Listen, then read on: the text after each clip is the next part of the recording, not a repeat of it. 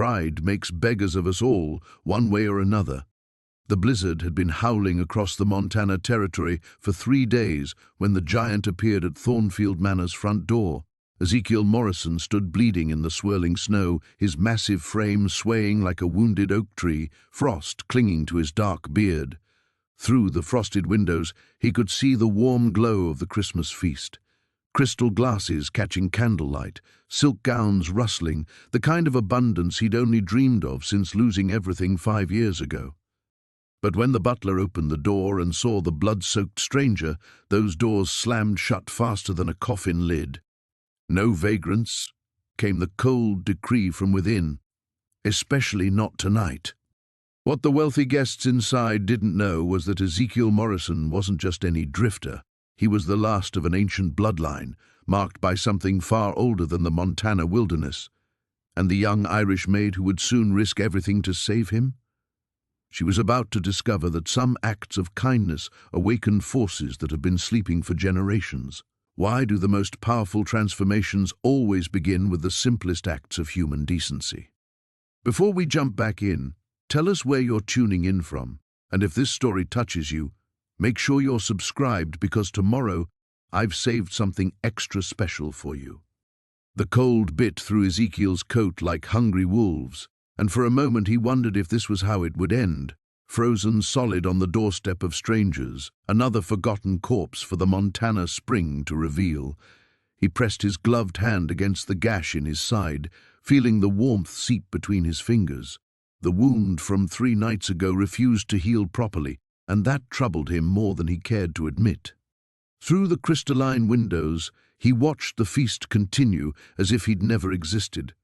Ladies in emerald and crimson silk laughed behind gloved hands, while gentlemen in tailored suits raised crystal goblets. The golden light spilled across Persian rugs and polished mahogany, painting a picture of the world he'd once known, before the war, before the raid, before he'd learned what his family name truly meant. A violin sang somewhere in the manor's depths, its melody threading through the storm like a ghost of Christmas past. Ezekiel recognized the tune, Silent Night, and it carved something hollow in his chest. Margaret used to hum it while decorating their little cabin with pine boughs and red ribbons. Their children would dance around her skirts, begging for just one present before Christmas morning. He forced the memory down, the way he'd learned to bury all the others. The dead stayed dead, no matter how sweetly violins played. The front door's brass knocker gleamed like a golden eye in the lamplight, mocking him. He could try again, perhaps appeal to their Christian charity on this holiest of nights. But pride was a stubborn companion, and it whispered that some humiliations cut deeper than any wolf's claw. The blizzard shrieked across the manor's grounds, bending the ancient pines until they groaned like old bones. Ezekiel pulled his coat tighter and stepped away from the door, his boots crunching through snow that already reached his knees. The storm showed no mercy, just like everything else in this godforsaken territory. He'd survived 3 days in the wilderness with minimal supplies, living off jerky and melted snow while avoiding the pack that had attacked him. Those weren't ordinary wolves. Their eyes held an intelligence that made his skin crawl, and when they'd circled him by the frozen creek, he'd felt something ancient stirring in his blood, something that shouldn't exist. The gash throbbed, sending silver fire up his ribs. In the pale moonlight filtering through the storm clouds, he caught a glimpse of his torn shirt beneath his coat. The fabric was stained dark, but not with the red most men bled. His blood ran silver as mercury, just like his grandfather's had, and his great-grandfather's before him. A curse, the old man had called it on his deathbed. Morrison men don't die easy, he'd wheezed, but we don't live easy neither. The blood remembers what the mind tries to forget. Ezekiel had thought it was fever talking then. He'd been younger, more fool than wise, still believing the world made sense. That was before the war taught him how easily men became monsters, before the Lakota raid showed him how quickly love could turn to ash, before 3 nights ago when something with yellow eyes and human cunning had marked him for reasons he couldn't fathom. The manor's servant's entrance beckoned from around the corner, a smaller door, humble and unadorned, where pride might not demand such a high price. But even as he considered it, Ezekiel felt the weight of his father's teachings. "A Morrison bows to no man," the old cavalry officer had said. "We earn our place or we don't deserve one." Fine words from a man who'd died in his own bed, surrounded by family. Ezekiel had learned that honor was a luxury the desperate couldn't afford. The wind carried voices from within the manor, laughter, conversation, the clink of silverware on fine china. Somewhere in those warm rooms, children probably sat by the fire listening to Christmas stories while their mothers tucked wool blankets around their small shoulders. The scene painted itself so clearly in his mind that his chest tightened like a fist. He thought of Margaret's hands, gentle and sure as she'd bandaged his smaller wounds from ranch work and bar fights. She'd never asked where he'd gotten hurt, just hummed her Irish lullabies and made everything better with her touch. If she could see him now, bleeding and broken in the snow, what would she say? "Pride's a cold bedfellow, Ezekiel Morrison," her voice echoed in his memory. "And it never kept anyone warm on a winter's night." The servant's entrance seemed to glow like a beacon through the storm. Maybe pride was just another luxury he could no longer afford. Maybe survival mattered more than dignity. As he stumbled toward the smaller door, Ezekiel caught movement in one of the lower windows. A flash of auburn hair and a pale face pressed against the glass. Someone was watching from what looked like the kitchen. A girl, barely more than a child, with eyes that seemed to hold more compassion than all the silk-clad guests combined. For just a moment, their gazes met through the frost-etched glass. The girl's face disappeared from the window like a startled deer, leaving Ezekiel staring at his own reflection in the dark glass. He stood there for a heartbeat longer, snow accumulating on his shoulders, before the cold drove him back toward the manor's walls, where the wind couldn't cut quite so deep. Inside that kitchen, Sarah McKenna pressed herself against the stone wall beside the window, her heart hammering like a blacksmith's anvil. She'd been washing the last of the dinner plates when movement outside caught her eye, a massive figure stumbling through the snow like something from her grandmother's tales of the Sluagh, the restless spirits that wandered winter nights.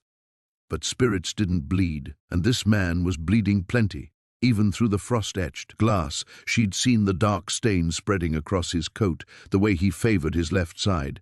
When their eyes met, she'd felt something stir in her chest. Not fear, though she should have been afraid of such a giant appearing in the storm, but recognition. She knew that look. She'd worn it herself plenty of times. The look of someone with nowhere else to go. "Sarah!"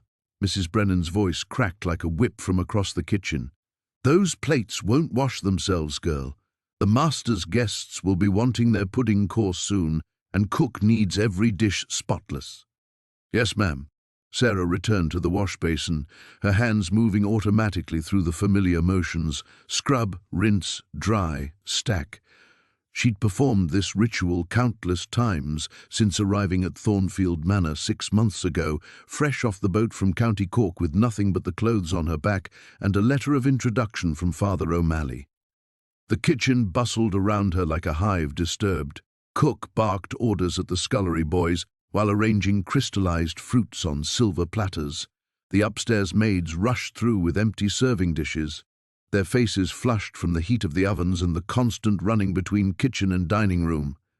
Everyone had their place, their purpose, their small corner of the vast machinery that kept the Thornfield household running smoothly. Sarah's corner was the wash basin, always the wash basin. She'd dreamed of something more when she'd scraped together passage money in Dublin. America was supposed to be the land of opportunity, where an Irish girl with quick hands and a quicker mind might rise above her station. But 6 months of 16-hour days had worn those dreams thin as her threadbare skirts. Still, she had a warm place to sleep in the servants' quarters, 3 meals a day, and wages enough to send a few coins back to her mother in Ireland. It was more than many had, and she'd learned not to reach for things beyond her grasp. Reaching too high only meant a longer fall when you inevitably tumbled back down. "Mind the crystal, Sarah," warned Agnes, one of the parlour maids, as she set down a tray of delicate glasses. "Master Thornfield's in a mood tonight. That giant at the front door has him all twisted up about vagrants and thieves. Last thing we need is you breaking something and giving him reason to dock our wages. Sarah's hands stilled in the soapy water. What giant?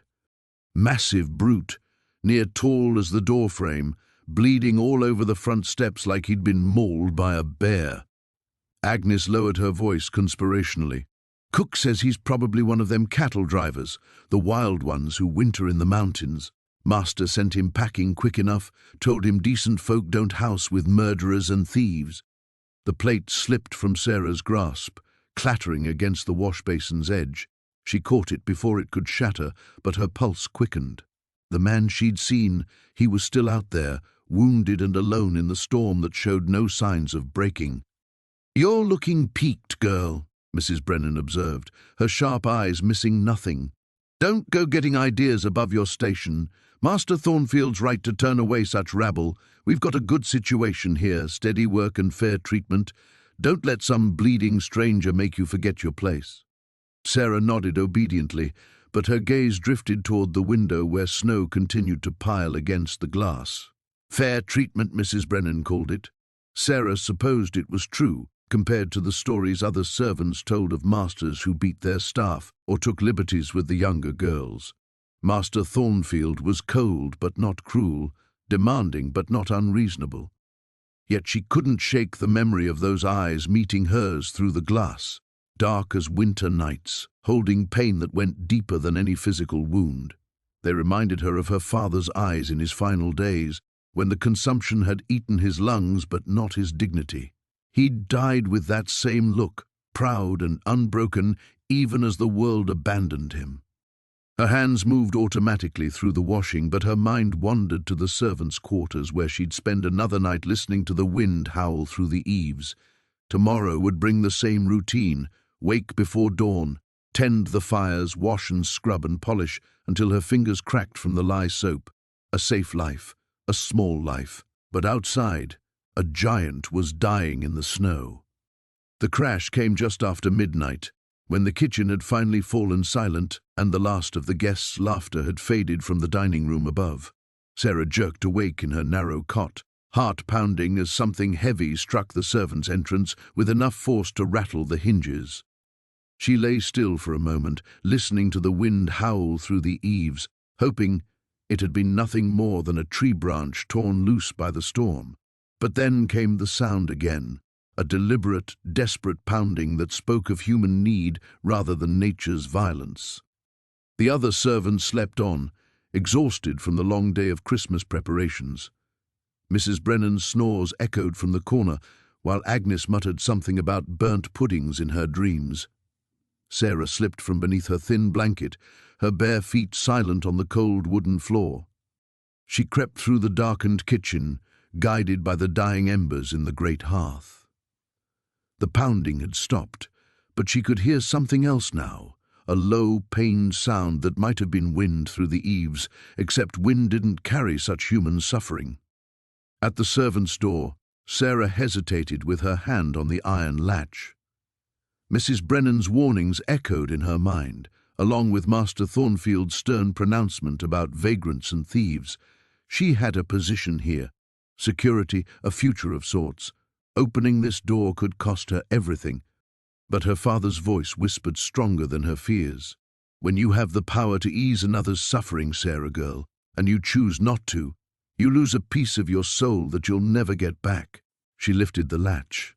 The door swung open to reveal the giant collapsed against the frame, his massive form crumpled like a marionette with cut strings. Snow had drifted across his shoulders and back, and his breathing came in shallow, labored gasps that formed silver clouds in the frigid air. The dark stain across his coat had spread wider, and frost glittered in his dark hair like premature grey. "Sweet Mary," Sarah whispered, crossing herself. Up close, he was even larger than she'd imagined, his shoulders broader than the doorframe, his legs stretched across the narrow stone landing. But it was his stillness that frightened her most. Men his size shouldn't fold so quietly. She knelt beside him, her nightgown immediately soaking through where it touched the snow. "Sir, can you hear me?" His eyes opened, dark as midnight, just as she remembered, but clouded now with pain and something that might have been fever. When he tried to speak, only a rasping whisper emerged. "Can't stay." "Hush now," Sarah said, though her own voice trembled. "You're frozen, half to death." She should wake Mrs. Brennan, should fetch Master Thornfield, should follow proper protocol and let her superiors handle this crisis. Instead, she found herself calculating whether a man this size could fit through the servants' entrance, and if the old settle by the kitchen fire would support his weight. "You're that girl," he managed, his voice gaining strength. "From the window, Sarah McKenna," she said automatically. "And you're bleeding all over our doorstep." Something that might have been a smile flickered across his frost-bitten lips. "Ezekiel Morrison, and I seem to be dying on it." The casual way he spoke of his own death struck her like a physical blow. She'd heard that tone before, from her father, from the old women in County Cork who spoke of death like an inevitable visitor they'd already invited for tea. It was the voice of someone who'd made peace with endings. But Sarah McKenna had not made peace with anything. "Not if I have anything to say about it," she declared, rising to her feet. The bitter wind cut through her nightgown like knives, but she ignored the cold. "Can you stand?" Ezekiel studied her face in the dim light spilling from the kitchen. "You'll lose your position." It wasn't a question.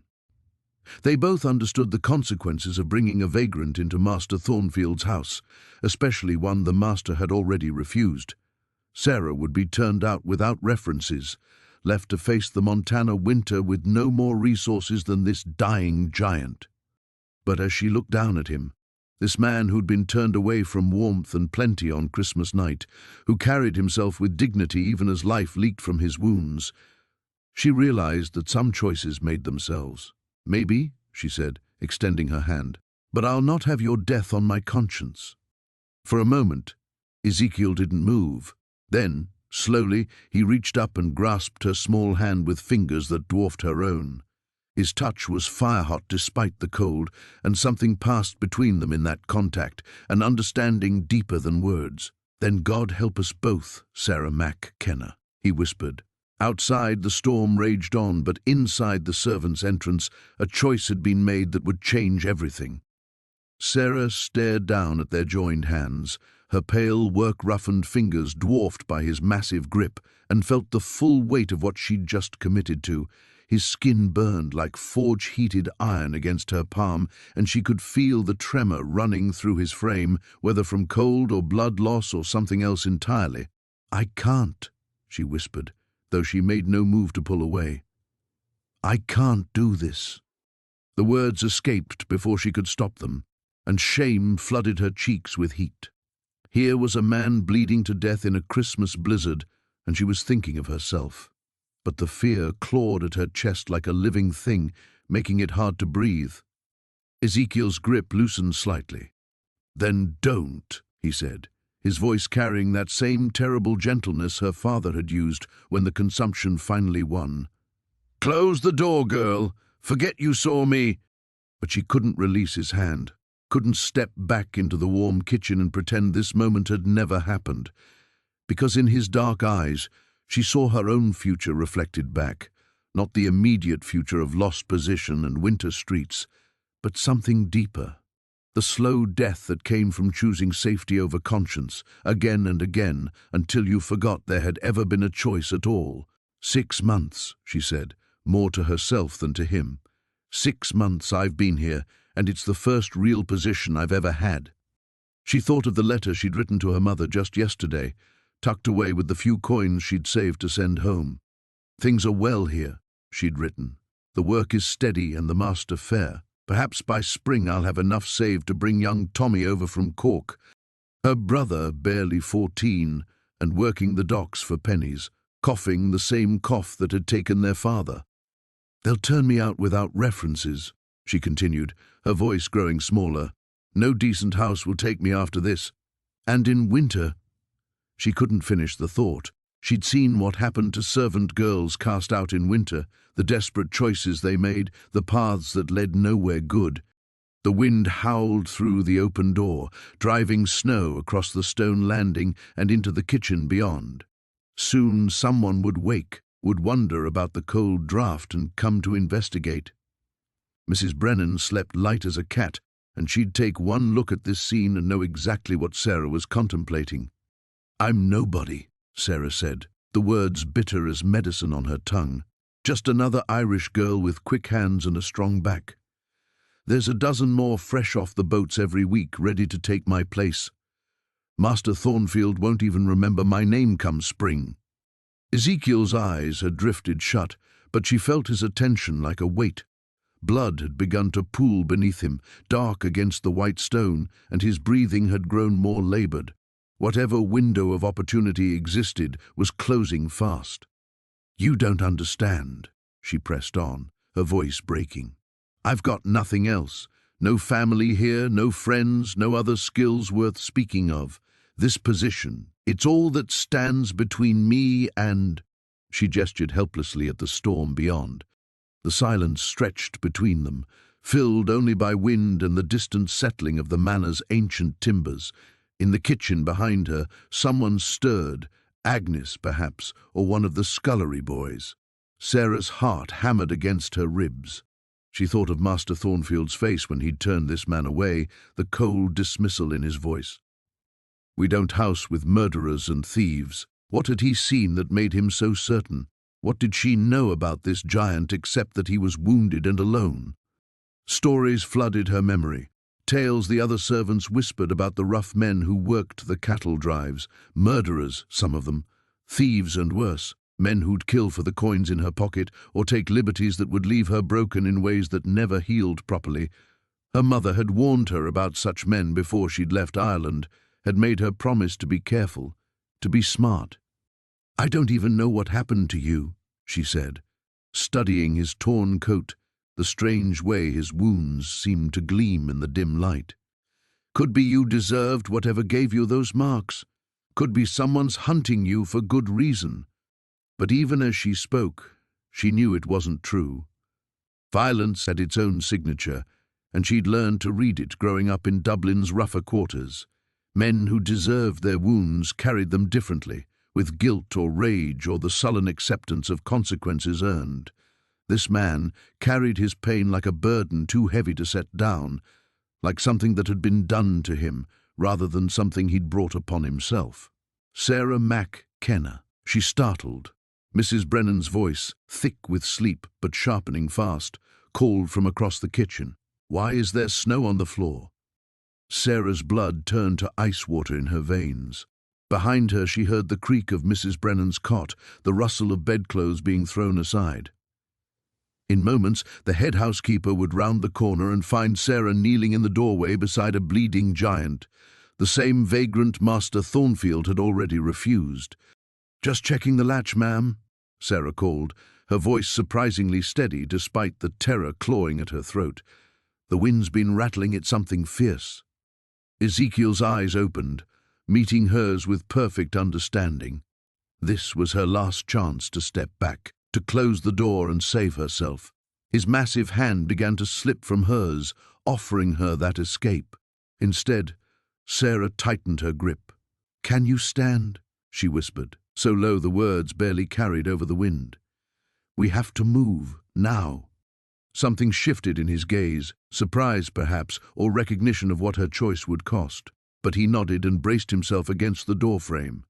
Sarah rose with him, her small frame straining as she tried to support even a fraction of his weight. He towered over her, swaying like a tree in the storm, but he stayed upright. "This way," she breathed, guiding him across the threshold.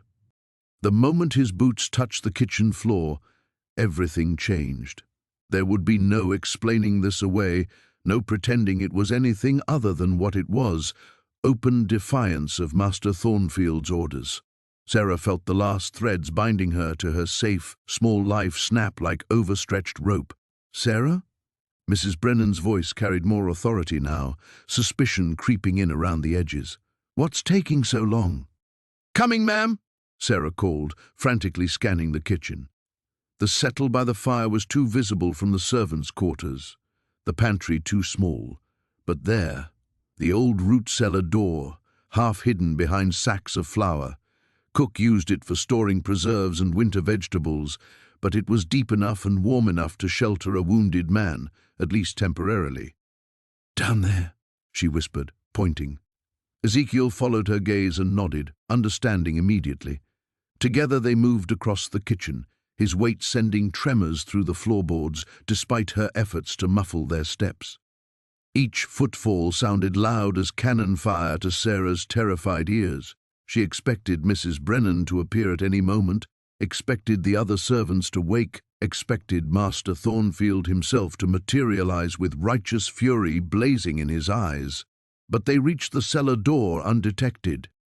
Sarah lifted the heavy wooden panel, revealing steep stone steps descending into darkness. The space below smelled of earth and preserved fruit, but it was blessedly warm. The kitchen's great hearth shared a wall with the cellar, keeping the temperature well above freezing. "Mind the steps," she whispered unnecessarily. A man Ezekiel's size would have to duck to avoid the low ceiling, and the narrow stairs weren't built for someone with his bulk. But he managed the descent carefully, each movement controlled, despite his obvious pain. Sarah gathered an armful of clean dish towels and followed him down, pulling the cellar door closed behind them. Darkness swallowed them whole, broken only by the faint glow of coals visible through cracks in the shared wall. She felt for the oil lamp Cook kept on a shelf near the entrance, her fingers shaking as she struck a match. Golden light flared, revealing their sanctuary. The cellar was larger than it appeared from above, with stone walls lined with shelves holding jars of pickled vegetables, wheels of cheese wrapped in cloth, and sacks of root vegetables. Bundles of dried herbs hung from the ceiling beams, filling the air with the scent of rosemary and thyme. Ezekiel had settled against the far wall, his massive frame making the space seem suddenly cramped. In the lamplight, Sarah could see his wounds more clearly, long parallel gashes across his chest and shoulder that looked like claw marks, but no animal she knew made wounds quite like these. They seemed to shimmer faintly, as if touched with silver. "Thank you," he said simply, his voice carrying weight that had nothing to do with gratitude for shelter. Sarah set down the lamp with trembling hands, unable to meet his eyes. What she'd just done was beginning to sink in fully. She'd thrown away her position, her security, her future, for a stranger who might be everything Master Thornfield suspected and worse. "Don't thank me yet," she whispered, kneeling beside him with the dish towels. "We're not safe here. Come morning, they'll be wanting supplies from the cellar for breakfast. Cook will find us soon enough." "Then why?" Ezekiel asked. "Why risk everything for someone you don't know?" Sarah began cleaning the blood from his wounds, trying not to think about how his skin seemed to burn beneath her touch, how the gashes appeared deeper than they should, yet somehow already beginning to close. She focused on the simple task of tending injuries, something she understood. "Because," she said finally, "some lines, once you cross them, change who you are forever. And I'd rather be the kind of person who opens doors than the kind who closes them." Above them, footsteps crossed the kitchen floor, Mrs. Brennan investigating the disturbance. Sarah held her breath as the sounds moved closer to the cellar door, then gradually faded toward the servants' quarters. There was no going back now.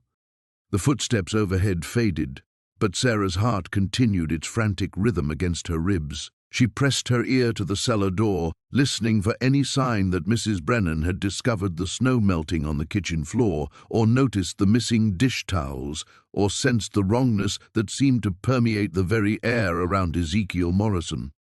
"She's gone," Sarah whispered, settling back on her heels. But relief felt premature when dawn would bring Cook stomping down these very stairs, demanding access to her stores for the morning meal. "We have maybe 6 hours before—" Her words died as she turned back to tend his wounds. In the lamplight, what she'd glimpsed before became undeniable. Beneath the torn fabric of his shirt, strange markings covered his skin. Not tattoos exactly, but symbols that seemed carved into his very flesh. They formed intricate patterns across his chest and shoulders, spiraling down his arms like ancient script, and they were glowing. Not brightly, not enough to illuminate the cellar on their own, but with a soft, silvery radiance that pulsed in rhythm with his heartbeat.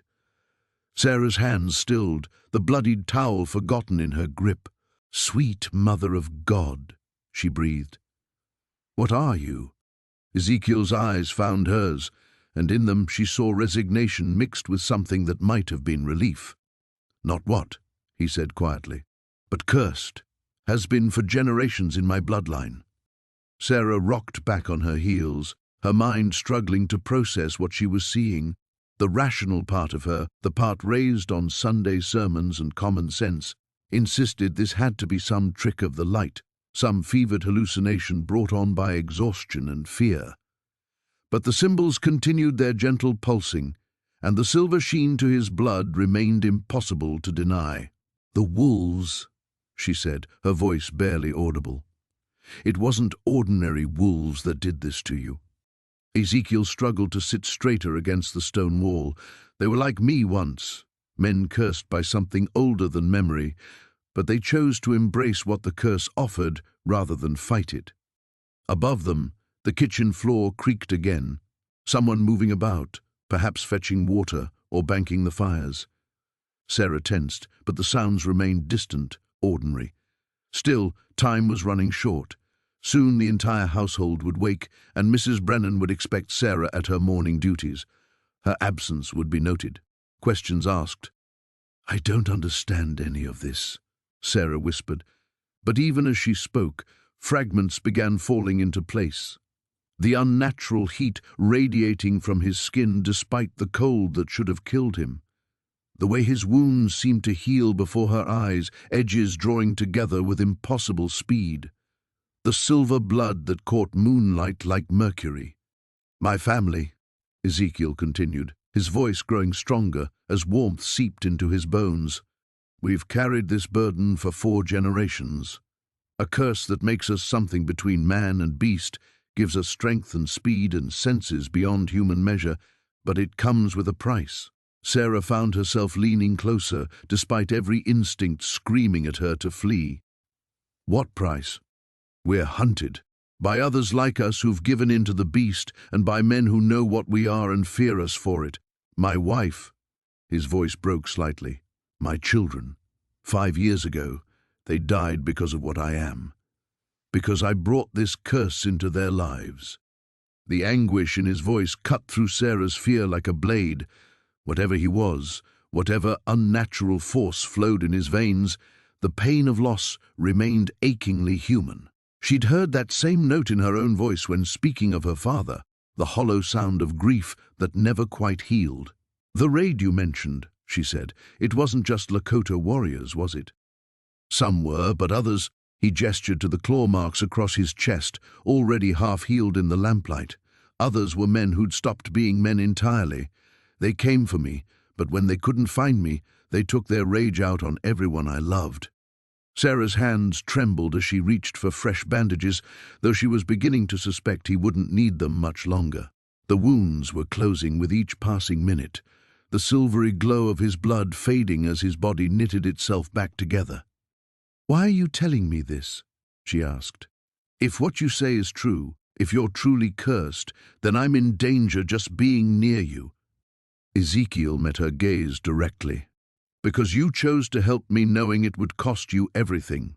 Because in 5 years of running, of hiding what I am, you're the first person to show me kindness without expecting anything in return." He paused. "And because those wolves that found me, they're not done hunting.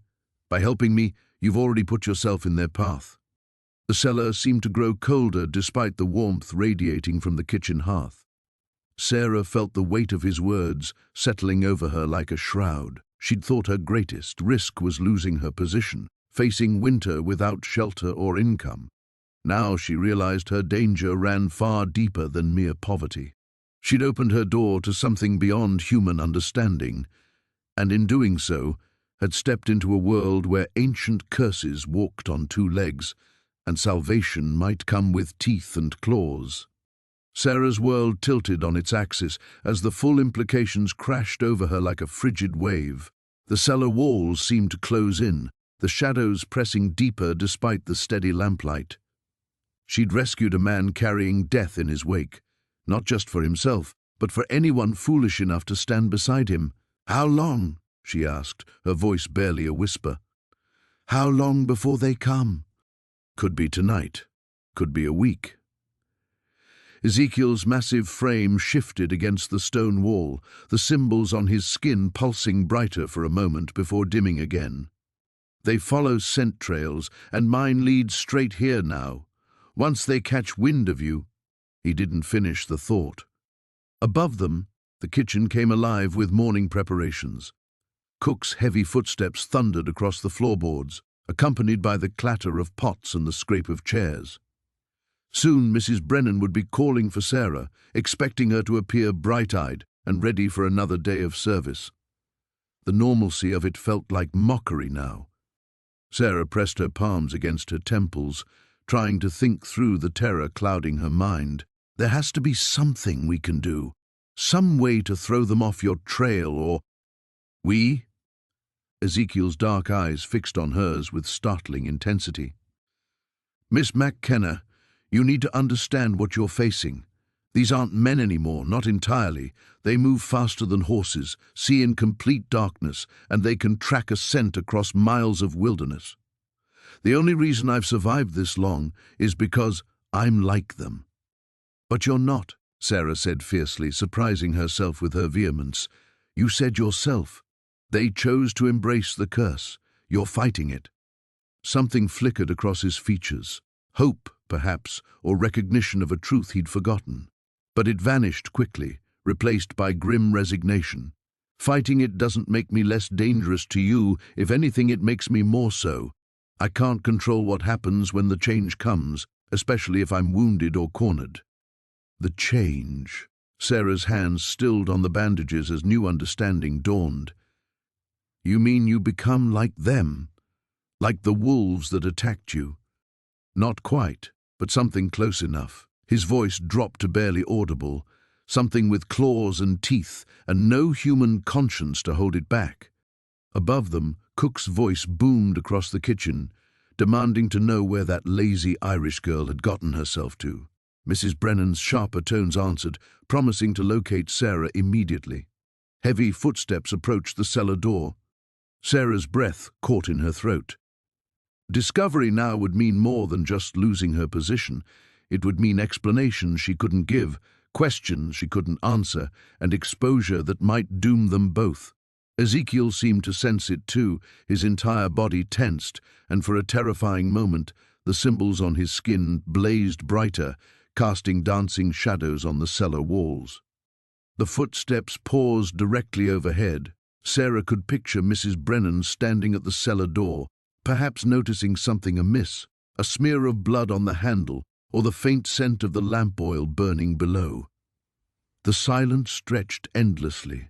Then Cook's voice again, demanding help with the morning bread, and the footsteps moved away.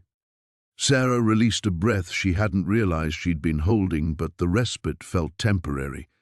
How long could they hide here? How long before someone noticed the missing supplies, or heard their voices through the floorboards, or simply needed access to the cellar's stores? "I have to go up," she whispered urgently. "If I don't appear soon, they'll tear the place apart looking for me." "Then go." Ezekiel's voice carried a finality that chilled her. "Forget you saw me. Tell them you were sick or overslept or—" No, the word came out harder than she'd intended. "I won't abandon you now." "You don't understand what you're choosing." His hands, those massive scarred hands that could probably snap her neck without effort, trembled slightly. "The things hunting me, they won't just kill you quickly. They'll make it last. They'll use you to draw me out, and when they're finished—" He couldn't complete the thought. Sarah looked at him, really looked. Beneath the supernatural healing and glowing symbols, she saw exhaustion that went bone deep. 5 years of running, of carrying guilt and grief and the constant fear of discovery. 5 years of believing himself a monster, isolated from every human connection. She thought of her own isolation, the careful distance she maintained from the other servants, the letters home filled with cheerful lies, the dreams she'd locked away because hope felt too dangerous for someone like her. They were both refugees in their own ways, she from poverty and him from a curse that had stolen everything he'd ever loved. "Listen to me," she said, gripping his wrist where the symbols spiraled like ancient text. His skin burned against her palm, but she held on. "I've spent my whole life being careful, being safe, accepting what little I was given and never asking for more. And where has it gotten me?" The question hung between them, as Cook's voice grew more impatient overhead, as the morning light began creeping through the cellar's small window, as the world above prepared for another ordinary day that would never come. "It's gotten you alive," Ezekiel said, his voice rough with something between admiration and despair. "That's more than most can say who've crossed paths with my kind." Sarah's grip tightened on his wrist, feeling the pulse of otherworldly heat beneath his skin. "Alive, yes, but not living. There's a difference." She met his gaze squarely. "And if I'm going to die, I'd rather it be for choosing something meaningful than for accepting scraps from someone else's table." Above them, Mrs. Brennan's voice cut through the morning bustle like a blade. "Sarah McKenna, present yourself this instant." The moment of reckoning had arrived. Sarah felt it settling over her like a mantle, heavy, inescapable, transformative. Everything she'd been, everything she'd carefully built and protected, balanced on the knife's edge of this choice. "I have to go up," she whispered, but her hand remained on his wrist. "But I'm coming back." "Sarah," she cut him off with quiet ferocity. "You said those things use people to draw you out. Well, they can try, but I won't make it easy for them." She rose on unsteady legs, smoothing her skirts and checking her appearance as best she could in the lamplight. Her hair had come loose from its pins, and she could smell the otherworldly musk that clung to Ezekiel's skin on her clothes. There would be no hiding where she'd been if anyone looked too closely. "Sarah McKenna!" Mrs. Brennan's voice had reached the pitch that usually preceded dismissals and disgrace. "Be ready," Sarah whispered, extinguishing the lamp. Darkness swallowed them, broken only by the faint silver glow emanating from Ezekiel's skin. "When I come back, we'll need to move quickly." She climbed the cellar steps with her heart hammering against her ribs, each creak of the old wood sounding like thunder. At the door she paused, pressing her ear to the rough planks. The kitchen bustled with morning chaos, cook barking orders, scullery maids clattering about with pots and pans, the great hearth roaring to life for the day's cooking. Sarah pushed open the cellar door and stepped into the maelstrom. "There you are!"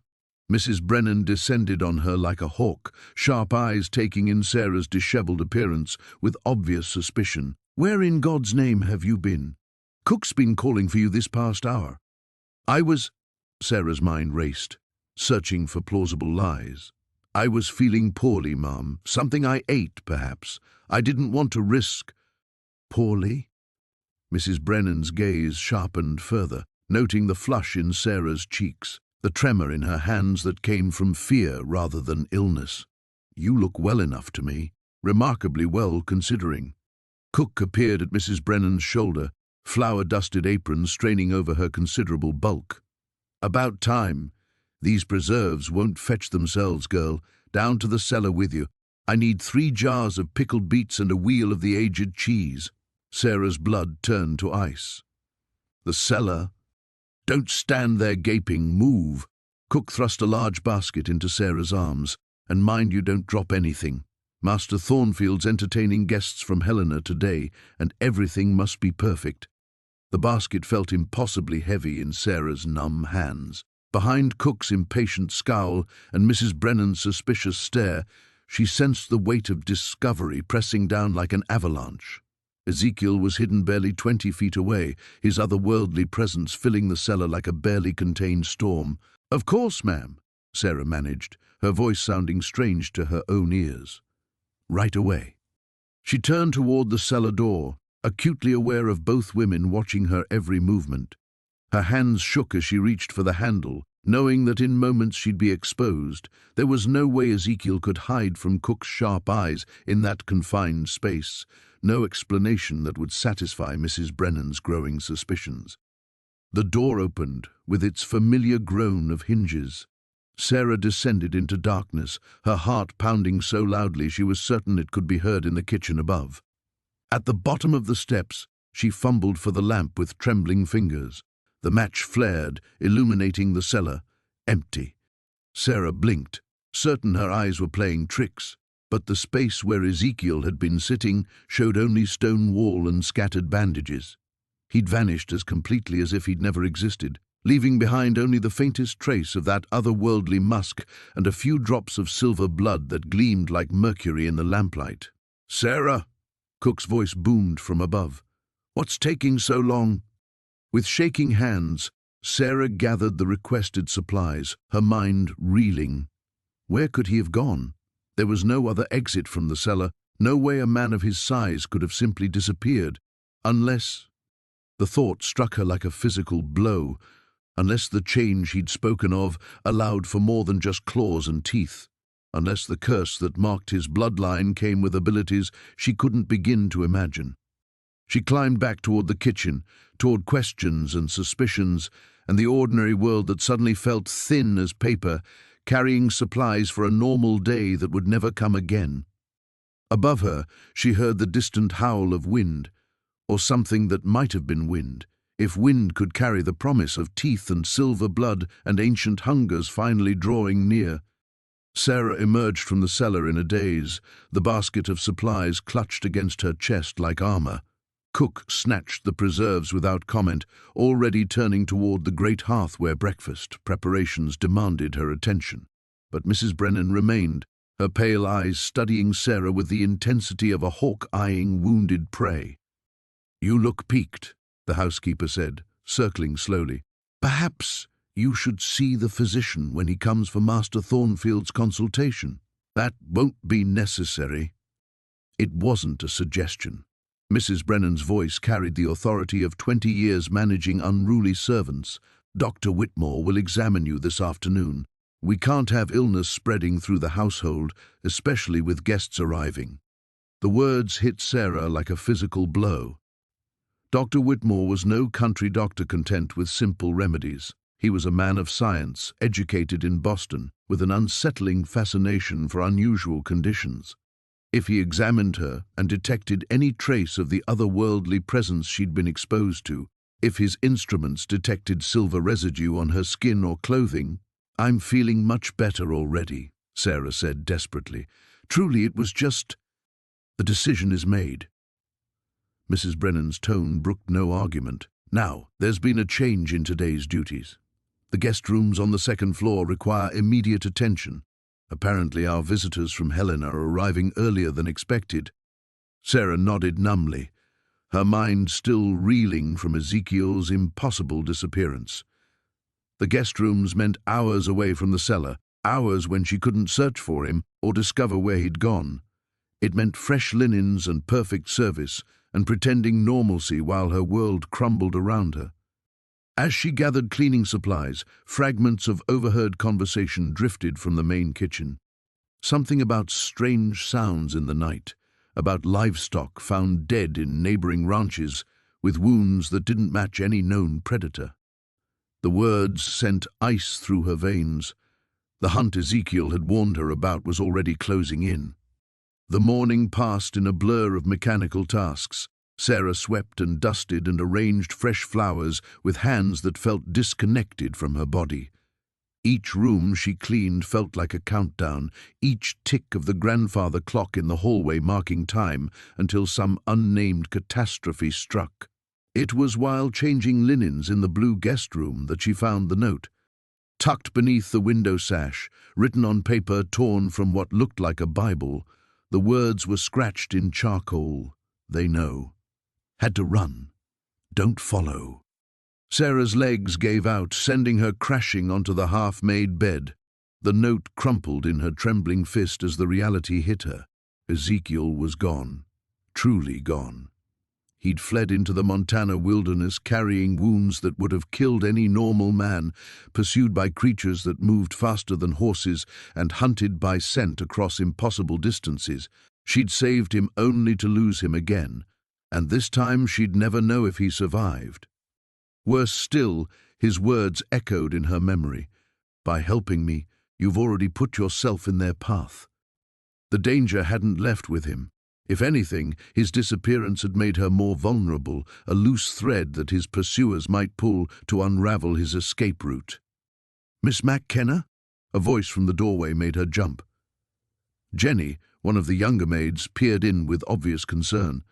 "Mrs. Brennan's looking for you. Says there's visitors at the front gate and they're asking particular questions about strangers." The note fell from Sarah's numb fingers, floating to the floor like a dead leaf. Through the guest room window she could see riders approaching the main house, 3 men on dark horses, moving with predatory grace across the snow-covered grounds. Even at this distance, something about their bearing set her teeth on edge. "What kind of questions?" Sarah asked, though she already dreaded the answer. "About a big man, wounded and traveling alone. They say he's dangerous, that he's wanted for crimes back east." Jenny's young face creased with worry. "Mrs. Brennan told them we hadn't seen anyone like that, but they want to search the outbuildings anyway, and they specifically asked to speak with the staff." Sarah watched the riders dismount with fluid, unnatural grace. They moved too smoothly for ordinary men, their heads turning in perfect unison as they scanned the manor grounds. When the nearest one looked up toward the windows, she caught a glimpse of eyes that reflected the winter light like an animal's. Her blood turned to ice water. These weren't lawmen or bounty hunters. They were the very creatures Ezekiel had fled, wearing human faces and carrying human papers, but driven by something far older and hungrier than human justice. And they were here for her. The trap was closing with inexorable precision, and she realized with crystalline clarity that all her careful planning, all her dreams of safety and security, had been nothing but illusion. She'd opened her door to a wounded stranger and stepped into an ancient war where mercy was weakness and compassion was a death sentence. The hunt had found her at last.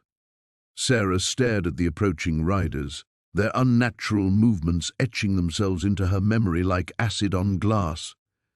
But as terror threatened to paralyze her completely, something else stirred beneath the fear, a realization so profound it changed everything she thought she knew about herself and the choice she'd made. She wasn't the victim in this ancient hunt. She was the weapon. The understanding hit her with devastating clarity as she watched the creatures dismount. They hadn't tracked Ezekiel here through supernatural senses or following blood trails across the wilderness. They'd found him because of her, because helping him had awakened something in her own blood that called to them like a beacon. Sarah's trembling fingers found the spot on her wrist where she'd gripped Ezekiel's marked skin. The flesh there burned with a heat that had nothing to do with fever, and when she pulled back her sleeve, her breath caught in her throat. Faint silver lines spiraled across her pale skin, delicate as frost patterns, but unmistakably real. The curse wasn't something that only afflicted his bloodline. It was something that spread, something that marked anyone who showed mercy to the cursed with the same supernatural taint.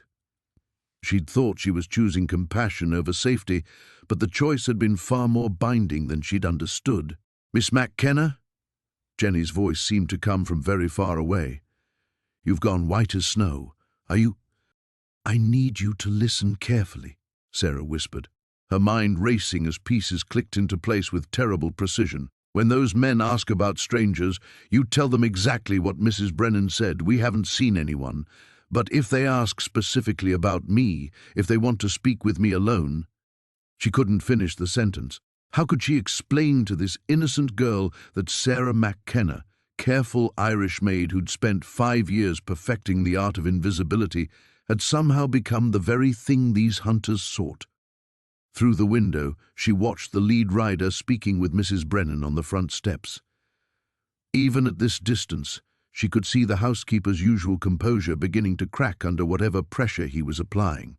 The man's head tilted slightly, and Sarah saw his nostrils flare as if scenting something on the winter wind. He knew. God help her, he already knew. But more terrifying than his knowledge was her own growing understanding of what she'd become. The silver marks on her skin weren't just decoration, they were a map, a guide to power she'd never imagined possible. As she watched the hunters below, she felt something stirring in her blood, something that whispered of strength beyond human limitations and senses that could pierce the veil between worlds. This was what Ezekiel had tried to warn her about, not just the danger of helping him, but the transformation that act of mercy would trigger. She was no longer entirely human, no longer safe in the ordinary world she'd worked so hard to claim. The irony cut deep as a blade. She'd spent years making herself invisible, unremarkable, safe, and in one night of genuine compassion, she'd marked herself as clearly as if she'd painted a target on her back. Every instinct that had kept her alive in the harsh world was now useless against creatures that hunted by supernatural scent and tracked their prey across impossible distances. But with that realization came another, more startling truth. The fear coursing through her veins carried an edge of exhilaration she'd never felt before. For the first time in her life, she was truly free. Free from the need to please, to serve, to make herself small enough to survive. The worst had already happened. She'd already lost everything she'd spent years carefully building. "Sarah," Mrs. Brennan's voice cracked across the manor like a whip. "Present yourself at the front entrance immediately." Jenny gasped, recognizing the tone that preceded severe punishments. But Sarah felt only a strange, singing clarity. She understood now why Ezekiel had spoken of choice, why he'd tried so desperately to make her understand what she was deciding. The curse didn't just mark you, it revealed you. It stripped away all the careful lies and protective pretenses and showed you exactly who you were when everything else was burned away. Sarah McKenna, scullery maid, would have trembled and obeyed and prayed for mercy she didn't deserve. But the woman, standing in this guest room, silver marks spiraling across her skin like ancient writing, was someone entirely different. She was someone who'd chosen mercy over safety and discovered that mercy had teeth. As she moved toward the door, toward whatever waited in the entrance hall, Sarah felt the weight of transformation settling over her like armor. The careful, frightened girl who'd tended a stranger's wounds was gone forever. In her place stood someone who finally understood that true choice always came with a price, and sometimes that price was exactly the liberation you'd never dared to want. The hunt had found her at last, but they might discover she was no longer the prey they'd expected. Sarah descended the grand staircase with measured steps, her hand trailing along the polished banister she'd cleaned countless times before. Each footfall seemed to echo with finality, marking the end of one life and the uncertain beginning of another. The silver marks beneath her sleeves pulsed with warmth, as if responding to the proximity of the creatures waiting below. In the entrance hall, Mrs. Brennan stood rigid as a soldier, her usually perfect composure fractured around the edges. Beside her, Master Thornfield himself had emerged from his study, his face bearing the forced smile he wore when dealing with unwelcome but powerful guests. And between them stood three men who wore human shapes like ill-fitting suits. The lead hunter was tall and lean, with the kind of predatory grace that marked apex predators. His companions flanked him with military precision, their eyes constantly scanning the room as if cataloguing every shadow and escape route. When Sarah appeared on the stairs, all three heads turned toward her in perfect unison. "Ah," the lead hunter said, his voice carrying an accent she couldn't place but which seemed to echo from somewhere far older than any earthly nation. "Miss McKenna, I presume?" The way he spoke her name sent ice through her veins, not with fear, but with recognition. He knew exactly who she was and what she'd become. But as their eyes met across the entrance hall, Sarah felt something unexpected stirring beneath her terror. Power. It flowed through her blood like molten silver, sharpening her senses until she could smell the otherworldly musk clinging to the hunters despite their human facades. She could hear the too rapid beating of their hearts, could see the way their pupils contracted against light that shouldn't have affected normal eyes. Most startling of all, she could sense their uncertainty. They'd come expecting to find a frightened girl and instead faced something they couldn't quite categorize. "Gentlemen," Master Thornfield said with forced joviality, "this is one of our housemaids. I'm sure she'll be happy to answer any questions about—" "That won't be necessary," the hunter interrupted, never taking his eyes from Sarah. We simply need to confirm certain associations. Miss McKenna, you encountered a stranger recently, a large man wounded seeking shelter. It wasn't a question. Sarah descended the final steps, feeling the weight of silver power settling into her bones like armor. The frightened girl who would have stammered denials was gone. In her place stood someone who finally understood that truth could be a weapon sharper than any lie. "I did," she said simply. Mrs. Brennan's gasp echoed through the hall. Master Thornfield's face went ashen, but Sarah kept her gaze locked on the lead hunter, watching as surprise flickered across his inhuman features. "Where is he now?"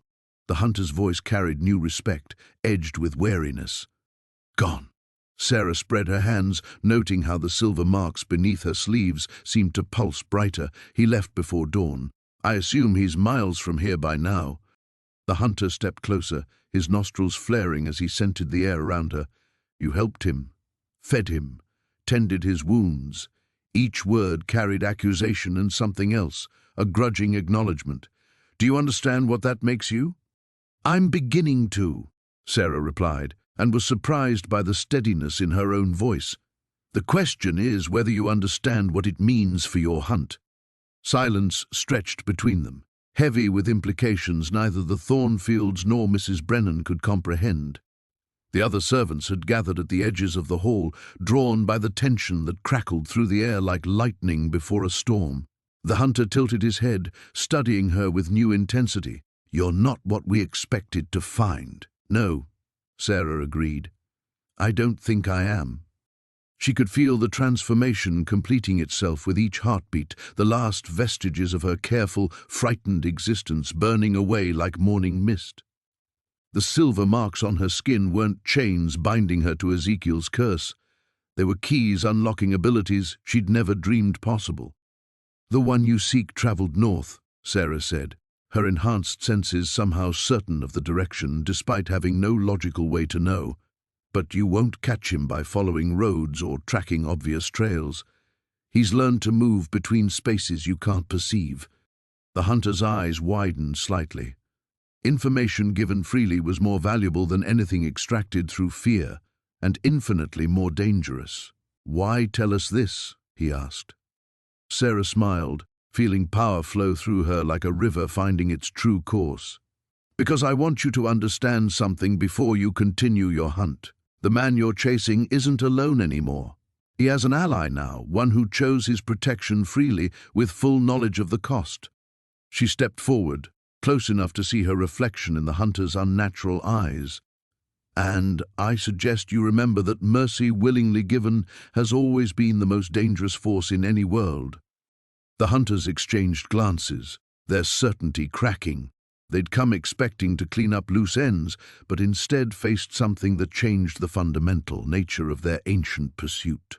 Human compassion, armed with supernatural power. It was exactly the weapon they'd never learned to fight. The lead hunter's hand moved towards something concealed beneath his coat, but Sarah's new senses caught the motion before it was half completed. Without conscious thought, she raised her palm, and silver light blazed from her skin like captured starlight. The hunter froze mid-reach, his inhuman eyes reflecting her radiance. "I wouldn't," Sarah said quietly. The power flowing through her veins sang with ancient authority, as if awakening knowledge that had slept in her bloodline for generations untold. "You came here expecting to find a loose thread you could simply cut away, but threads, once pulled, sometimes unravel tapestries you never meant to disturb." Mrs. Brennan stumbled backward, her face white with terror and incomprehension. Master Thornfield gripped the doorframe as if the world had tilted beneath his feet, but Sarah felt only crystalline clarity, purpose sharp as a blade's edge.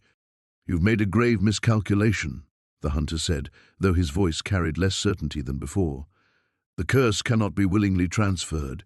It spreads only through bloodline, through sacrifice," Sarah interrupted, understanding flooding through her like revelation.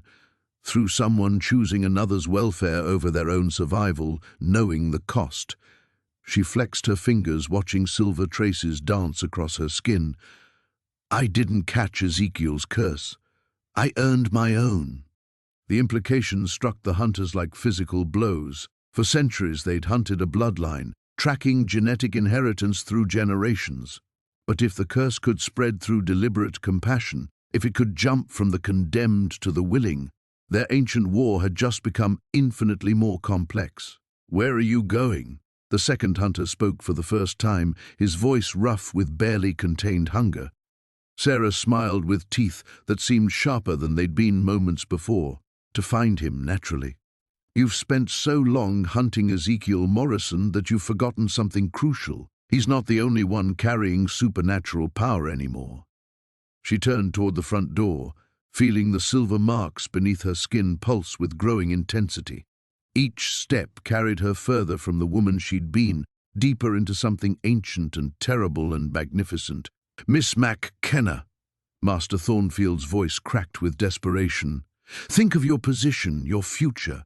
You cannot simply—" "My future was decided the moment I chose mercy over safety," Sarah replied without turning back. "Everything else is just consequences." The hunters moved to block her path, but she could sense their hesitation. They'd come prepared to eliminate a witness, not confront someone who'd weaponized their quarry's greatest strength. Their confusion was palpable, and it was the opening she needed. Sarah pressed her palm against the ornate front door, and silver light traced the wood grain like lightning. The heavy oak swung open as if touched by hurricane winds, revealing the Montana wilderness beyond. Snow swirled through the entrance, carrying scents that her enhanced senses could now pass with supernatural accuracy. Pine and stone and winter wind, and beneath it all, the faint trace of Ezekiel's passage, leading north toward the mountains where ancient things still moved in the shadows between worlds. "You cannot track him alone," the lead hunter called after her. "The wilderness will kill you before you travel 10 miles. Sarah paused at the threshold, silver power crackling around her like visible heat. "You're thinking of the woman who scrubbed your kind's boots and kept her head down and prayed for invisibility." She looked back over her shoulder, meeting his inhuman gaze directly. "She died the moment she chose compassion over fear. What walks into that wilderness is something else entirely." The hunter's face twisted with frustrated rage. "We will follow. We will hunt you both." "I'm counting on it," Sarah replied. "Because this time you'll be hunting someone who chose this power, who understands its true source." Her smile held winter's bite. "Someone who knows that mercy freely given is the one force your kind was never designed to defeat." She stepped into the swirling snow, feeling the transformation complete itself with each footfall. Behind her, chaos erupted in the manor. Mrs. Brennan's terrified sobbing, Master Thornfield's furious demands for explanation, the hunters' guttural conference in a language that predated human civilization. But Sarah barely heard it. The silver marks on her skin blazed brighter as she walked, responding to her proximity to the ancient power that flowed through these mountains like underground rivers. She could feel Ezekiel's trail ahead of her, faint but unmistakable, leading toward a confrontation that had been building for far longer than either of them had lived.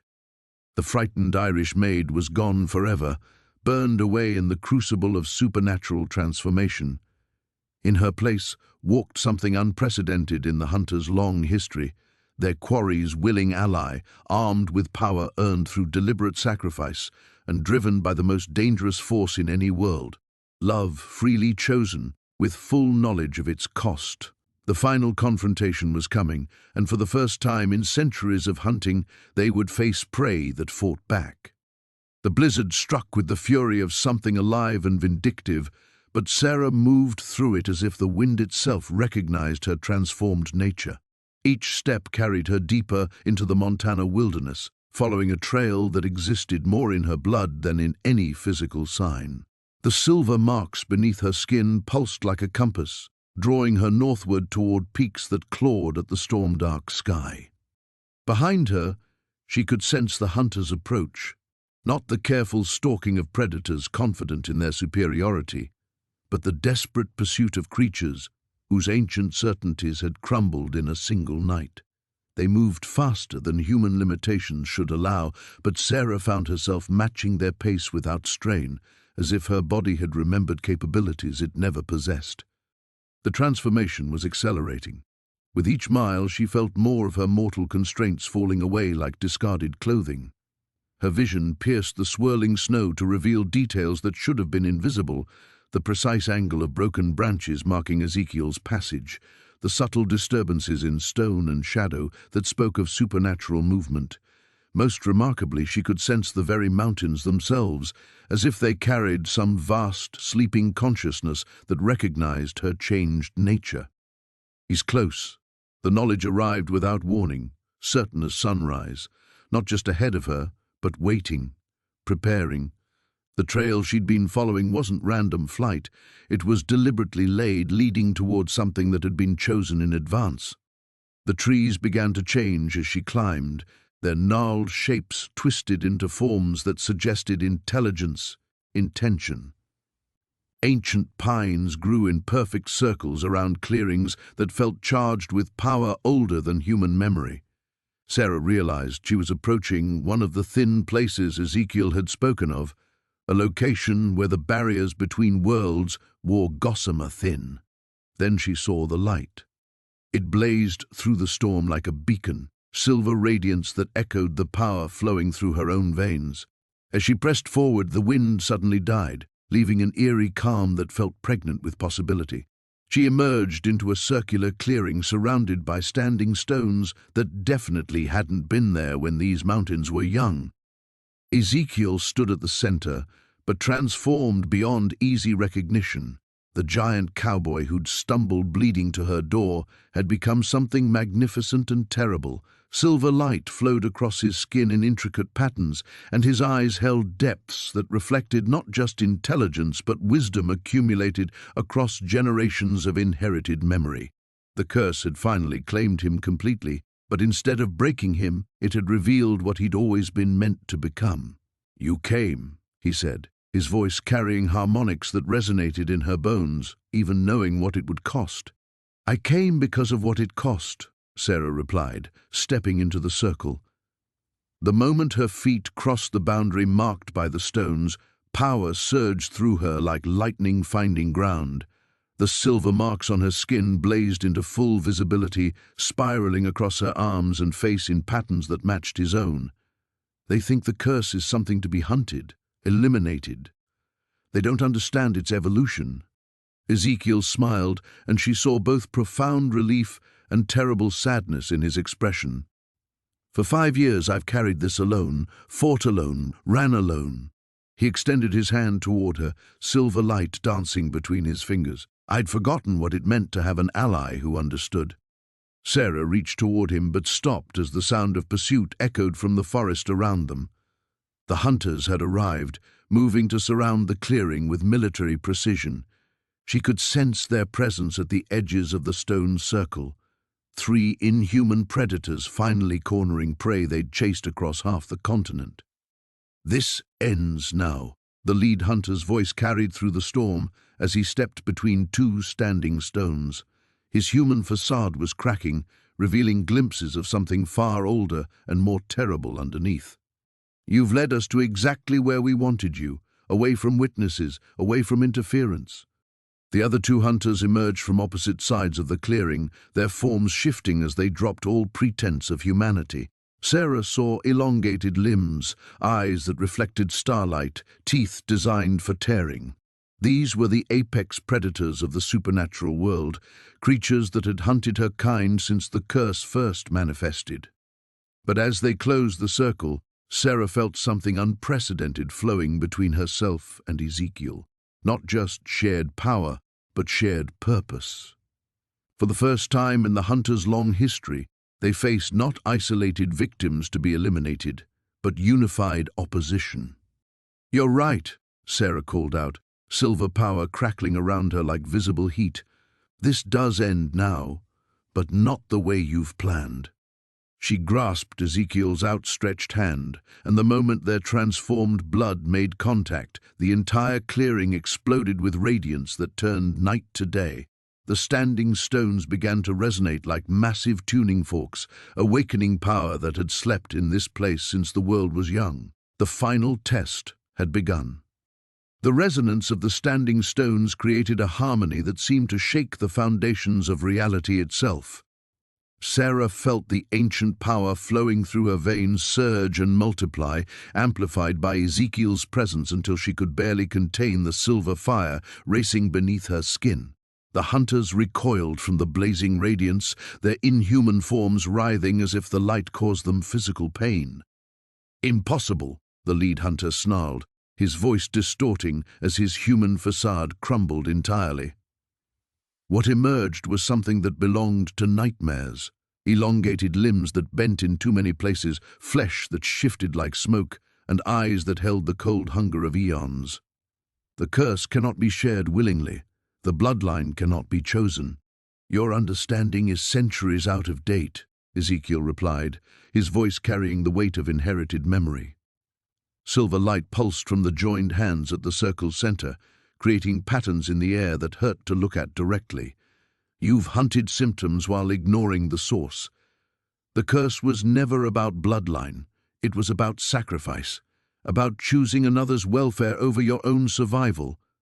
Sarah felt the truth of it resonating in her transformed bones. The power flowing through her wasn't stolen or inherited.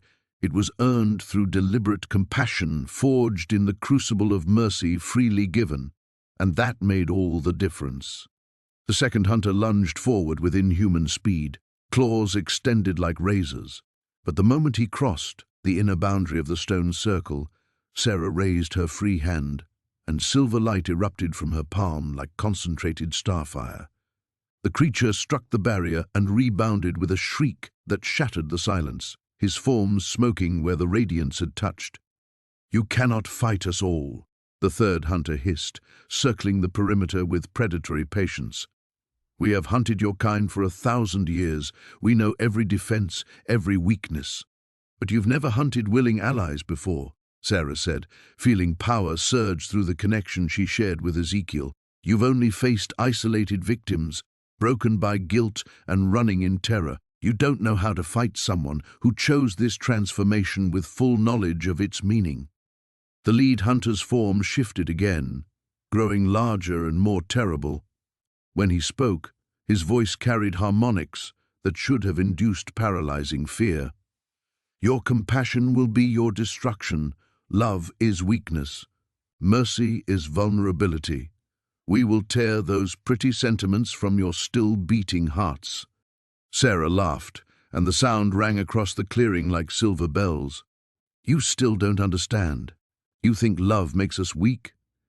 She squeezed Ezekiel's hand tighter, feeling their combined power building towards something that made the mountains themselves tremble. "Love is what makes us impossible to defeat." The hunters attacked as one, abandoning strategy for raw supernatural fury. They came from 3 directions simultaneously, moving faster than human eyes could track, their claws and teeth gleaming with otherworldly malice. Sarah and Ezekiel met their charge with unified purpose. Silver light exploded outward from their joined hands, not in random bursts, but in precise geometric patterns that followed the ancient lines carved into the standing stones. The radiance struck the lead hunter mid-leap, and his scream of agony echoed across the wilderness as his form began to unravel at the edges. The second hunter crashed against a wall of silver fire that materialized from Sarah's will alone, his inhuman strength useless against barriers forged from deliberate sacrifice.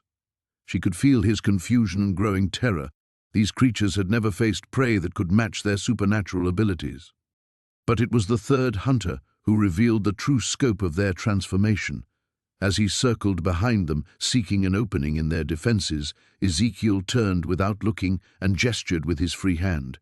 The silver marks on his skin blazed like molten metal, and the hunter simply stopped, frozen in mid-stride, caught in radiance that held him as securely as chains. "Impossible," the lead hunter gasped, his form wavering between human and something far more terrible. "The power, how can you channel this much without burning out? Without losing yourselves to the curse's hunger?" "Because we're not fighting it," Sarah realized, the understanding dawning like sunrise. "We're fulfilling it. The curse was never meant to be a burden. It was meant to be evolution, a way for humans to become something capable of defending what they love. She could feel it now, the true purpose flowing through her blood like revelation. The silver marks weren't chains or symptoms of infection. They were armor, weapons, tools for protection. The curse transformed those who proved themselves capable of ultimate sacrifice, giving them power to guard what they held most precious. The hunters were backing away now, their ancient confidence cracking. For the first time in centuries of hunting, they faced not victims but guardians armed with the most dangerous force in any world, love that knew its own strength. "This isn't over," the lead hunter snarled, but Sarah could hear the uncertainty beneath his threats. "No," she agreed, silver fire dancing around her like living starlight. "It's just beginning." The lead hunter's retreat lasted only moments before desperation drove him to one final, terrible gambit. His form exploded outward, abandoning all pretense of humanity as he became something that belonged to the spaces between nightmares. Shadow given substance, hunger made manifest, ancient malice distilled into claws that could rend reality itself. "If we cannot have you separately," he shrieked, his voice now a harmony of discord that made the standing stones crack, "then we will drag you both into the void." The attack came not as physical assault, but as something far worse, a tearing at the fundamental bonds that held the world together. Sarah felt the silver connection between herself and Ezekiel's strain as supernatural force tried to rip them apart, to isolate them once again into vulnerable individuals. But in that moment of ultimate testing, she understood the true nature of the choice before them. "Ezekiel," she said, her voice cutting through the chaos with crystalline clarity, "the stones, they're not just amplifying our power, they're channeling it somewhere specific." He followed her gaze to the largest standing stone, where ancient symbols were blazing to life in response to their combined radiance. The markings weren't random, they formed a pattern, a map, a doorway. The source, he breathed, inherited memory filling in gaps that logic couldn't bridge. This is where it began, where the first of our kind made the original bargain. The hunters sensed the shift in their attention and redoubled their assault, but Sarah barely felt their claws raking against barriers of silver fire. Her focus had narrowed to that single terrible understanding: they could end this permanently. Not just drive off these three predators, but close the ancient gateway that allowed such creatures to enter their world. The cost would be everything. The power required. Ezekiel's voice carried centuries of accumulated wisdom, and she could hear his growing comprehension of what victory would demand. To seal a breach between worlds, to cut off their access permanently, it would take every drop of transformed blood, every ounce of supernatural energy we've gained. "We'd burn ourselves out completely," Sarah finished, watching silver light dance around their joined hands with new understanding. "Use up the curse's power so thoroughly that we'd become human again, completely human. No supernatural abilities, no enhanced strength, no protection against anything that might come after." The third hunter, still frozen in Ezekiel's supernatural grip, managed a laugh like breaking glass. "You see, even victory demands sacrifice. Choose your precious world or choose your precious power. You cannot have both." Sarah met Ezekiel's eyes across the blazing circle, seeing her own terrible understanding reflected there. They'd found each other across impossible odds, discovered love that transcended every barrier, gained power that could remake the world, and now keeping that world safe meant giving up everything they'd won. "My family," Ezekiel said quietly, his voice heavy with grief that had never fully healed. "I couldn't save them because I didn't understand what I was becoming, couldn't control the power when it mattered most. I've carried that failure for 5 years. And I've spent my entire life powerless," Sarah replied, feeling tears track silver down her cheeks. "Finally strong enough to protect what matters, finally capable of standing against the darkness. And the only way to use that strength is to lose it forever." The hunters pressed closer, sensing weakness, but the standing stones pulsed brighter in response to their anguish. Ancient magic recognized the purity of their sacrifice, the completeness of their willingness to surrender everything for others' sake. "If we do this," Ezekiel said, his hand tightening around hers, "there's no guarantee we survive the process, channeling that much power through mortal bodies." "I know." Sarah turned toward the largest stone, feeling its hunger for the supernatural energy flowing through her veins. "And if we do survive, we'll be defenseless, just a giant cowboy and a former maid against whatever other threats this world holds." "Together, though," he said, and she heard wonder in his voice despite everything. "Whatever comes after, we face it together." The lead hunter sensed their resolution and launched himself forward in a final desperate assault, but Sarah was already moving. She pressed her free palm against the ancient stone, feeling its surface burn with cold fire as power began to transfer from her blood to whatever lay beyond. "For everyone who can't protect themselves," she whispered, watching silver light drain from her skin like water from a broken vessel. "For everyone who deserves better than fear." Ezekiel joined her, his massive hand covering hers against the stone. "For love freely chosen, with full knowledge of its cost." The world exploded into radiance that rewrote the fundamental nature of reality itself, and Sarah felt everything she'd gained, all the power, all the supernatural strength, all the magnificent transformation that had made her more than human, pour out of her like lifeblood. The price of victory was everything they'd become. The gift was everything they'd saved. The silence that followed was absolute. Sarah's first sensation was cold, not the supernatural chill of silver fire racing through her veins, but ordinary human cold seeping through torn fabric and exposed skin. She lay on frozen ground that felt like ordinary stone, rough and unyielding beneath her cheek. Her hand still rested against the standing stone, but now it was just weathered granite, ancient and inert. "Sarah." Ezekiel's voice carried none of the harmonic resonance that had shaken mountains. It was simply the deep, weary tone of a man who'd given everything and wasn't certain what remained. She opened her eyes to find dawn breaking across the Montana wilderness in shades of gold and rose that held no trace of silver radiance. The standing stones stood silent around them, their carved symbols cold and dark. Where 3 inhuman hunters had stalked the circle's perimeter, only scorch marks remained in the snow, shadows burned into the earth like the after-images of lightning. "Did we?" Sarah pushed herself upright, her body protesting with entirely human aches. Her arms were bare of silver markings. The elaborate patterns that had spiraled across her skin vanished as completely as if they'd never existed. "Are they gone?" Ezekiel sat against the central stone, massive frame somehow diminished despite his unchanged size. His shirt hung in tatters, revealing skin marked only with the ordinary scars of a hard life. Knife wounds, bullet tracks, the faded remnants of that wolf attack that seemed a lifetime ago. No trace remained of the ancient symbols that had blazed with inherited power. "I can't sense them anymore," he said slowly, testing the words. "Can't sense anything beyond what these eyes can see, what these ears can hear.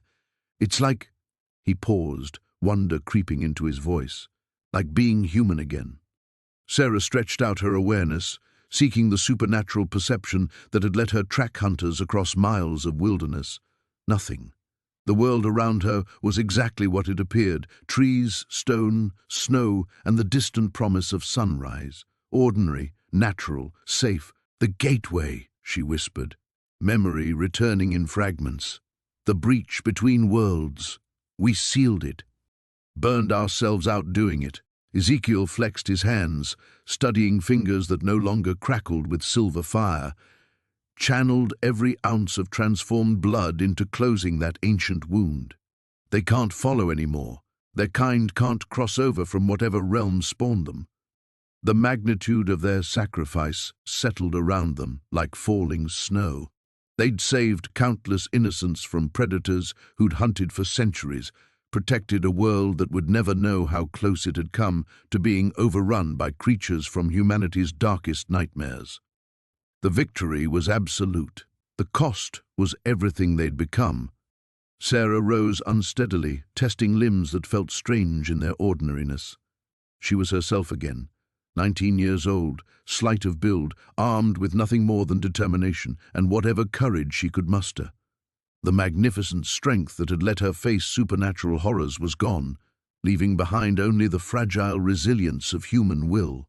"Do you regret it?" she asked, studying Ezekiel's weathered face for signs of the ancient wisdom that had blazed in his eyes. He considered the question with the careful deliberation of a man who'd learned to weigh words carefully. 5 years ago, I couldn't save my family because I didn't understand the power I was inheriting. Last night, I finally understood it completely and used that understanding to give it up forever. He met her gaze and she saw peace there despite everything. I think that's what redemption actually means. Sarah sank down beside him, close enough to share warmth in the pre-dawn chill.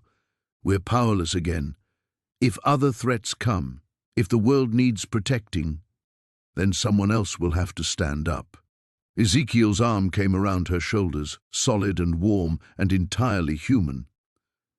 Maybe they'll be braver than us. Maybe they'll find a way to keep both the power and the purpose. Or maybe, his voice softened, maybe they'll discover what we learned, that the strongest magic isn't what flows through your veins, but what you're willing to sacrifice for others. The sun crested the mountains, painting their faces with ordinary golden light that held no supernatural properties beyond the miracle of another day begun.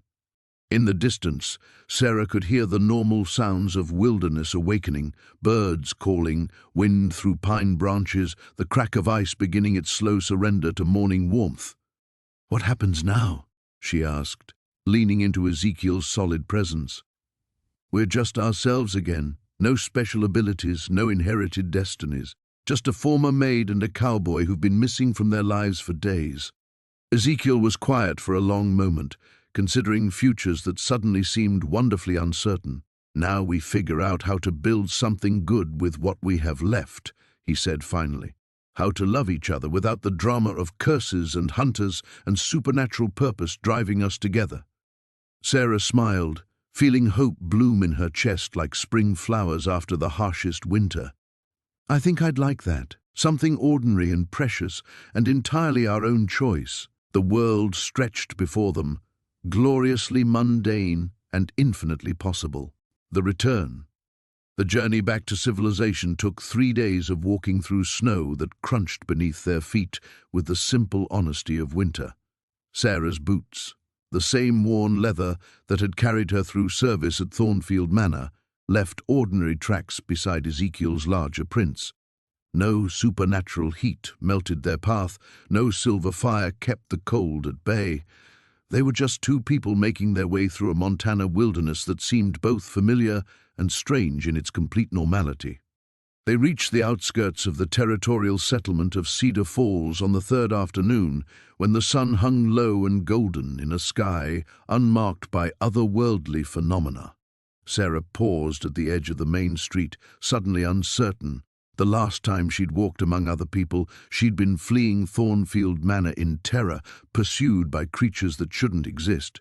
Now she was returning as someone fundamentally changed, not by supernatural power, but by the choice to surrender it. "I don't know how to be just myself anymore," she admitted, watching ordinary folks go about their ordinary business. A woman swept her front porch, her movements efficient and unhurried. Children played in the street, their laughter carrying no deeper meaning than simple joy. Everything looked so fragile. Ezekiel's hand found hers, fingers intertwining with the easy familiarity they'd discovered in facing impossible odds together. "Maybe that's the point," he said quietly. "Maybe understanding how fragile it all is makes it more precious, not less." The first person to recognize them was Tom Mackenzie, the settlement's blacksmith, whose weathered face split into a grin of relief. "Ezekiel Morrison, you great fool. Where the devil have you been? Folks have been searching for you since Christmas night." Sarah tensed, expecting Ezekiel to struggle with explanations they couldn't possibly give. Instead, he simply nodded with the calm acceptance of a man who'd learned to carry truths too large for ordinary conversation. "Got lost in a storm," he said. "Miss McKenna here probably saved my life, keeping me from freezing to death in a cave until the weather cleared." The words were simple, true in their essential details if not their supernatural scope. We've been walking back ever since. Tom's attention shifted to Sarah, his expression curious but kind. "McKenna, you're the Irish girl who worked up at the Thornfield place, aren't you? Heard tell you'd gone missing the same night as our giant here." "I did," Sarah said, finding her voice steadier than expected. "I left my position rather suddenly, personal circumstances." She met Tom's eyes without flinching, discovering that she could speak of difficult truths without needing to reveal their fantastic details. "Mr. Morrison helped me when I had nowhere else to turn." The blacksmith's knowing look suggested he'd heard enough stories of young women fleeing uncomfortable situations to fill in blanks with his own assumptions. "Well, you're both safe now, and that's what matters. Though I should warn you, Mrs. Caldwell's been organizing search parties and demanding answers from anyone who'll listen. She's convinced something terrible happened to you both." As if summoned by his words, Martha Caldwell's voice rang across the street with the authority of a woman accustomed to managing crises. "Ezekiel Morrison, Sarah McKenna, don't you dare take another step before explaining where you've been." Sarah watched the older woman approach with the measured stride of someone bearing important news and felt something shift inside her chest. A month ago, she would have cowered before Mrs. Caldwell's formidable presence, reduced to stammering apologies by the woman's social standing. Now she simply waited, recognizing authority without being diminished by it. "Ma'am," Ezekiel said politely, touching the brim of his hat, "we appreciate folks' concern. We've been through some difficult times, but we're safe now." Mrs. Caldwell studied them both with sharp eyes that missed little. "You look different," she said finally, her tone carrying puzzlement. "Both of you. Like you've been through something that aged you years in a matter of days." Sarah felt Ezekiel's hand squeeze hers, a small gesture of support that gave her courage to speak honestly. "We have," she said simply. "We've learned things about ourselves and each other that changed how we see the world, but we're ready to build something new with what we've learned." The older woman's expression softened, revealing the warmth that lay beneath her commanding exterior. "Well then," she said briskly, "I suppose the first question is where you'll be staying. The boarding house has rooms, though I imagine you'll want to make proper arrangements soon enough." The implication hung in the air like morning mist, delicate but unmistakable. Sarah felt heat rise in her cheeks, but also a surge of gratitude for Martha Caldwell's practical acceptance of what had developed between them. "We'll need to discuss our plans," Sarah said carefully, "but yes, we'll be making arrangements together." As they walked toward the boarding house, surrounded by the comfortable bustle of ordinary life, Sarah realized that coming home hadn't diminished what they'd shared. Instead, it had given their connection a new foundation, not the desperate intensity of supernatural crisis, but the quiet certainty of choice made freely. They were different now, marked not by silver symbols, but by the knowledge of what they'd willingly sacrificed for others, and somehow that made them more themselves than they'd ever been before. The new beginning. 6 months later, Sarah stood in the doorway of their small cabin, watching Ezekiel repair the fence that separated their modest homestead from the open range. His movements held the same careful precision they'd always carried, but now she saw them through eyes that understood the full measure of what those hands had once been capable of, and what they'd chosen to surrender. The spring morning was alive with ordinary miracles, meadowlarks calling from fence posts, wildflowers dotting the grassland in scattered abundance, the distant lowing of cattle that belonged entirely to this world. Their small herd grazed peacefully in the morning sun, untroubled by supernatural threats that would never come again. "Coffee's ready," she called, and smiled at the way Ezekiel's face brightened at the simple announcement. These small domestic rhythms had become precious to them both, the daily choosing of each other without destiny or curse compelling their devotion. He joined her on their narrow porch, accepting the tin cup with hands that bore only the honest calluses of ranch work. No silver fire danced across his knuckles, no ancient power hummed beneath his skin. He was simply a man of 45 who'd found love late in life and was determined to tend it carefully. Mrs. Caldwell stopped by yesterday while you were in town, Sarah said, settling beside him on the bench he'd built from pine logs. She wanted us to know the territorial government's finally approving homestead claims for unmarried couples. Legal recognition, not just social acceptance. Ezekiel's smile carried warmth that needed no supernatural enhancement. Practical woman, our Mrs. Caldwell, always thinking ahead. He paused, studying Sarah's face with the attention he'd once reserved for tracking otherworldly predators. Is that something you'd want? Legal papers making official what we already know? Sarah considered the question, remembering the terrified maid who'd fled Thornfield Manor on a winter night that seemed years in the past. That girl had possessed nothing, no family, no prospects, no power beyond the courage to help a dying stranger. This woman owned land, livestock, and a love built on conscious choice rather than dramatic necessity. I think I would, she said quietly, not because we need external validation, but because... She searched for words adequate to the feeling, because choosing each other every day deserves recognition, because what we've built together is worth protecting in every way we can. A rider approached across the grassland, and Sarah tensed reflexively before recognizing young Timothy Walsh from the neighboring spread. The boy rode with the casual confidence of someone carrying routine news, not urgent warnings of supernatural threat. "Morning, Mr. Morrison, Mrs. McKenna," Timothy called, dismounting near their porch. "Pa sent me to ask if you'd seen anything of our missing cattle, lost about a dozen head somewhere up in the north pasture." Ezekiel rose, immediately shifting into the practical concerns of ranch life. "I'll ride out with you, have a look.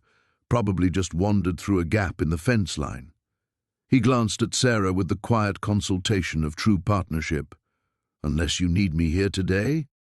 "Go," she said, touched by his consideration of her opinion in even small matters. "I'll finish the accounts and tend the garden, but take your rifle. There's been cougar sign near the creek." As the men rode off together, Sarah reflected on the profound ordinariness of the exchange. 6 months ago, missing livestock would have raised immediate fears of supernatural predation. Now it was simply the normal challenge of frontier life, to be met with practical solutions and community cooperation.